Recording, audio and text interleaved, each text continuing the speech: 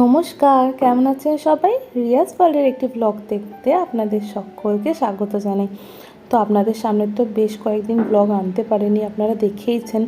আমরা বেরোতে যাওয়ার প্রথম দিকের একটা ব্লগ আপনাদের সাথে শেয়ার করেছিলাম। তো ওখানে গিয়ে তো আমার বড় বাবুটার প্রচণ্ড শরীর খারাপ হয়ে গিয়েছিল, বাড়ি থেকে শরীর খারাপ নিয়েই গিয়েছিল।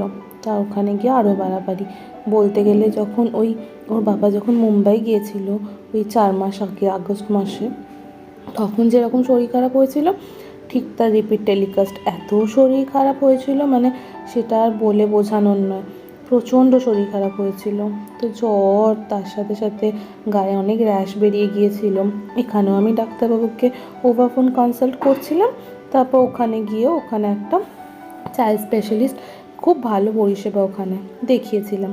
তো ওখান থেকেও কিছু ওষুধপত্র তো সেরকম দেয়নি, বলেছিল শুধু প্যারাসিটামলের উপরেই রাখতে, আর ভয়ের কিছু নেই। কিন্তু তারপরেও ছেলেটা এত ঝিমিয়ে গিয়েছিল, আর ওর বাবার কোলে ছাড়া কারোর কোলে যাচ্ছিল না।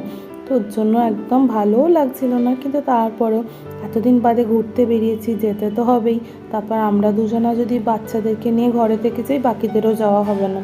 তো এই মনে করেই বেরিয়ে গেছিলাম। আমাদের তো পুরো টোটাল 17 জনের টিম ছিল, মানে ফ্যামিলিরই সবাই। তো ওর জন্য তারপর বললাম ঠিক আছে, তাহলে ওষুধ খাইয়ে যাওয়াই যাক। এটা হচ্ছে প্রথম দিন, মানে আমরা যেদিন গিয়ে পৌঁছোই সেদিন বিকালবেলায় আমরা বেরিয়েছিলাম। তো এখানে আমরা বিকালবেলায় বেরিয়ে ভাত টাত খেয়ে একটা সি বিচে এসেছিলাম। মানে আমরা যে হোটেলে ছিলাম ওইখানেই যেটা মানে নিয়ারেস্ট সি বিচ ছিল, সেখানে এসেছিলাম। তার পাশেই অনেকগুলো দেখার জায়গা ছিল। ওখানে একটা খুব সুন্দর সাবমেরিন ছিল, এখন যেটা আপনারা দেখতে পাচ্ছেন। এটা হচ্ছে মানে যুদ্ধকালীন সাবমেরিন, এমনি নয়। আর এর ভিতরটা এত সুন্দর, এত তার কলকবজা, মানে আপনারা যদি কখনো সামনাসামনি না দেখেন, আপনাদেরকে বলে সত্যি বোঝাতে পারবো না। আর এর ভিতরে ফটোগ্রাফি আর ভিডিওগ্রাফিতে অ্যালাউড ছিল না।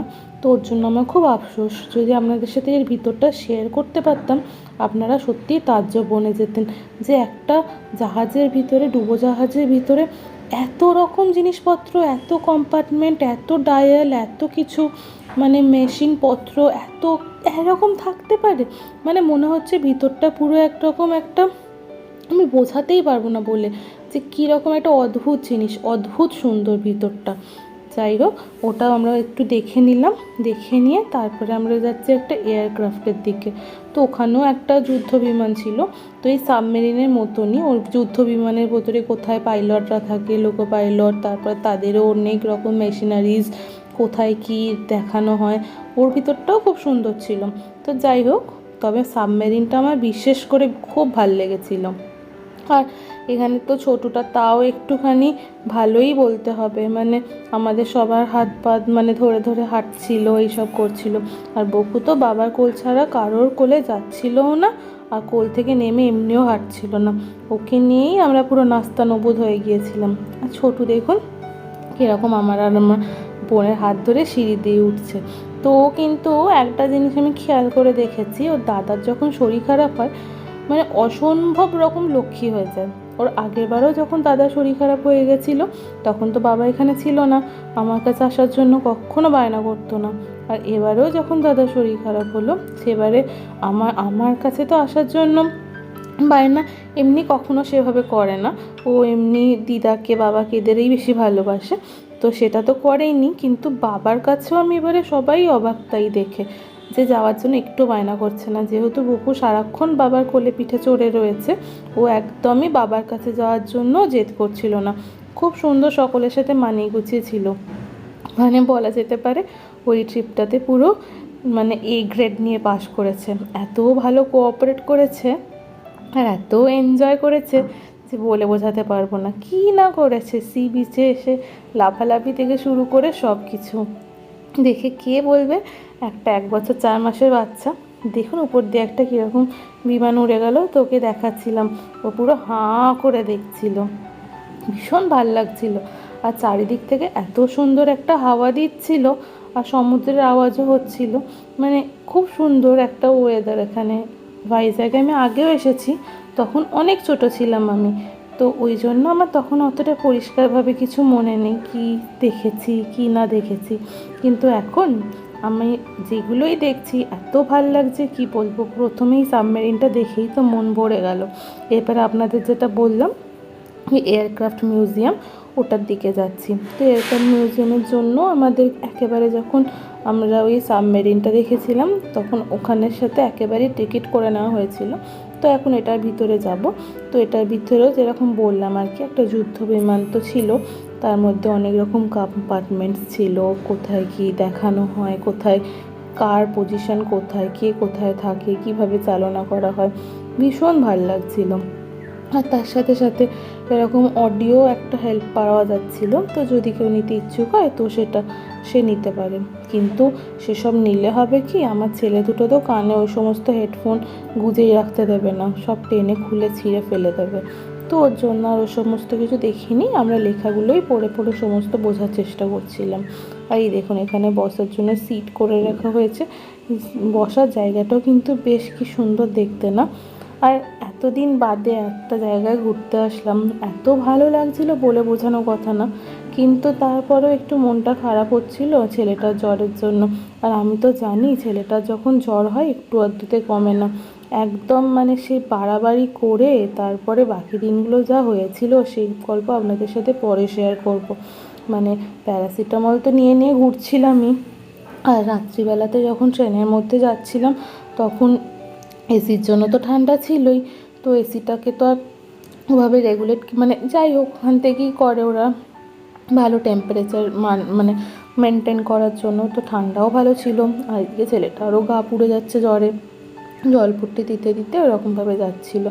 দেখুন না কীরকম উইক হয়ে গেছে দেখছেন একদিনেই। ছোটোটা এখানে ঘাসের মধ্যে এসে ছুটোপাটি করছে, ভাবলাম বকুটাকে একটু নামিয়ে দিই, ওমা নামাতে নামাতেই ধূপ করে পড়ে গেল। তারপর বললাম না বাবা তোর আর নেমে কাজ নেই, তুই বরং কোলে কোলেই থাক। তো এই হয়েছে কথা।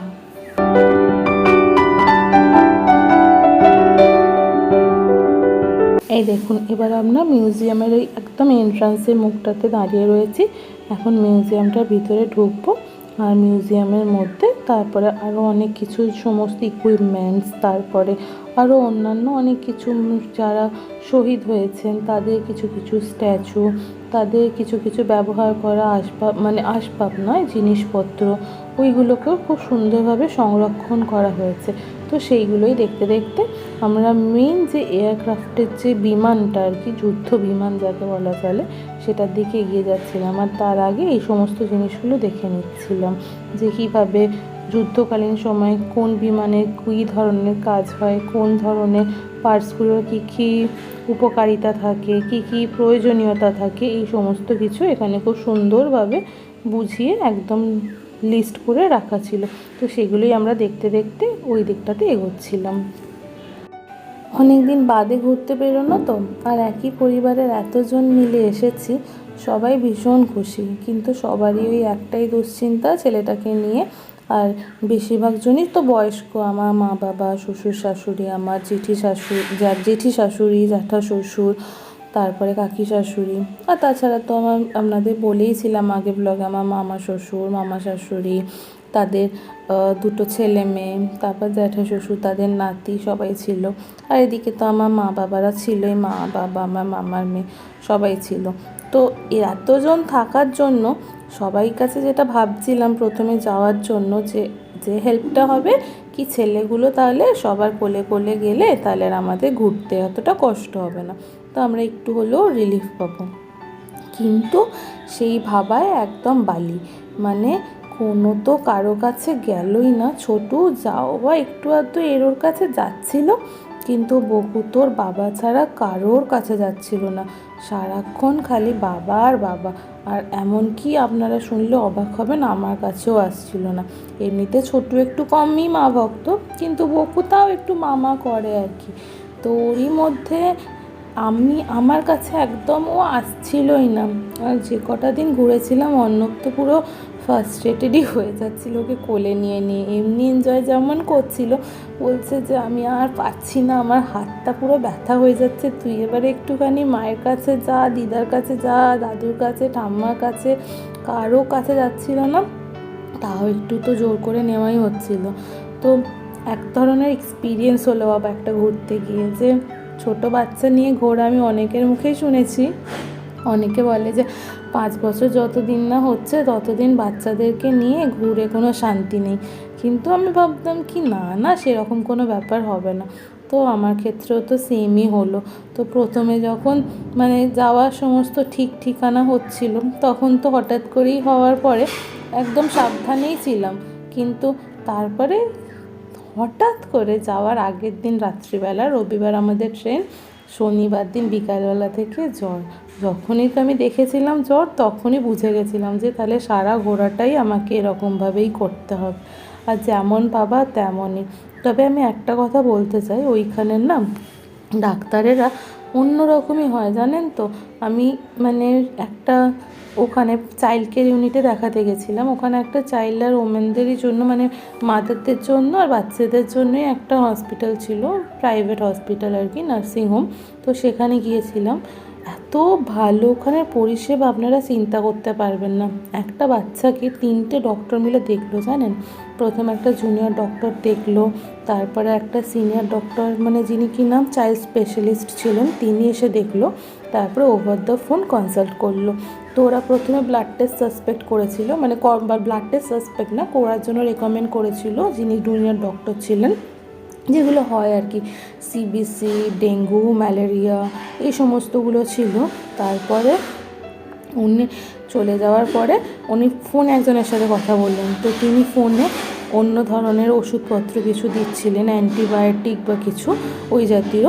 তো তারপরে আরেকজন ডক্টর আসলেন, তিনি বললেন যে না এগুলো কিচ্ছু না, ওর গায়ে যে র্যাশেস বেরিয়েছে এটার থেকেই বোঝা যাচ্ছে কোনো ধরনের একটা ইনফেকশন হয়েছে, যেটা কিনা ওই ভাইরাল ইনফেকশনটার জন্যই ওর এরকম ধরনের র্যাশেস বডির মধ্যে এসেছে, আর এটা ঠিক 3 দিনের মধ্যেই কমে যাবে।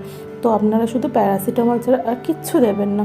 আমি তো পুরো অবাক, এখানে ডক্টররা যেরকম, অবশ্যই আমি সকলের প্রতি শ্রদ্ধা ভক্তি রেখেই বলছি, কত রকম ওষুধ রেকমেন্ড করেন, কিন্তু ওখানে ওরা মিনিমাম ওষুধে আর এতখানি পেশেন্ট পার্টিকে আশ্বস্ত করে যেটা না বললে আপনারা কল্পনাও করতে পারবেন না। তো আমি তো ভীষণ হ্যাপি ওনাদের পরিষেবায়। তো যাই হোক, এখানে আপনার সমস্ত কিছু দেখে একটা অ্যাকোয়ারিয়াম ছিল, তো এই অ্যাকোয়ারিয়ামটাতেই এসেছি। অ্যাকোয়ারিয়ামটা দেখে আমার বাবু দুটো এত আনন্দ পেয়েছে আর কি বলবো, চোখের সামনে এত বড় বড় মাছ, কচ্ছপ, রঙিন রঙিন মাছ, কত কী যে চোখের সামনে উড়ে চড়ে নড়ে বেড়াচ্ছে, ওরা তো দেখছে আর খুব আনন্দ পাচ্ছে, বিশেষ করে ছোটুটা। তো ওদের একদম মুখ নিয়ে গিয়ে গিয়ে সমস্ত কিছু খুঁটিয়ে খুঁটিয়ে দেখছে।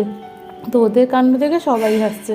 তো সবাই বলছে বাবা এমনই একটা জায়গায় আসলাম এতক্ষণ বাদে, সারাদিন বাদে, ওরা কিনা এইখানটাতে এসে সব থেকে ভালো মজা পেলো। অ্যাকোয়ারিয়াম তো সমস্ত জায়গাতেই থাকেন বলুন না, মানে সমস্ত ট্যুরিস্ট স্পটেই অ্যাকোয়ারিয়াম আর জুটা মোটামুটি থাকেই। তো ওরা তো এর আগে কখনো কোথাও যায়নি, তো এইটাই ওদের প্রথমবার। আর এই মাছটা দেখুন কীরকম ভয়ঙ্কর কুমিরের মতো দেখতে, পুরো এটাকেই তো নাম দেখছিলাম লেখা ছিল অ্যালিগেটর ফিশ, সত্যি মুখটা কিন্তু এরকম কুমিরেরই মতো দেখতে বলুন।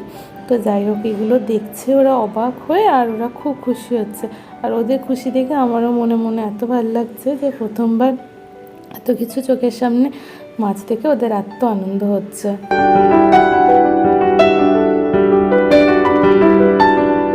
তো কালকের দিনে আমাদের যেটা প্ল্যানিং, আমরা একটু আরাকু ভ্যালির দিকে যাব, তার সাথে সাথে অন্য আরও অনেকগুলো সাইট দেখারও কথা রয়েছে। তো যাই হোক, আজকে ভিডিওটা তাহলে এখানেই শেষ করলাম। আশা করি আপনাদের ভালোই লেগেছে। যদি ভালো লাগে তাহলে একটা অবশ্যই লাইক আর কমেন্ট করে দেবেন, আর আমার চ্যানেলের ভিডিও দেখতে ভালো লাগলে আপনারা চ্যানেলটা সাবস্ক্রাইব করে দেবেন। সকলে খুব ভালো থাকবেন, সুস্থ থাকবেন, সাবধানে থাকবেন আর আনন্দে থাকবেন। ধন্যবাদ।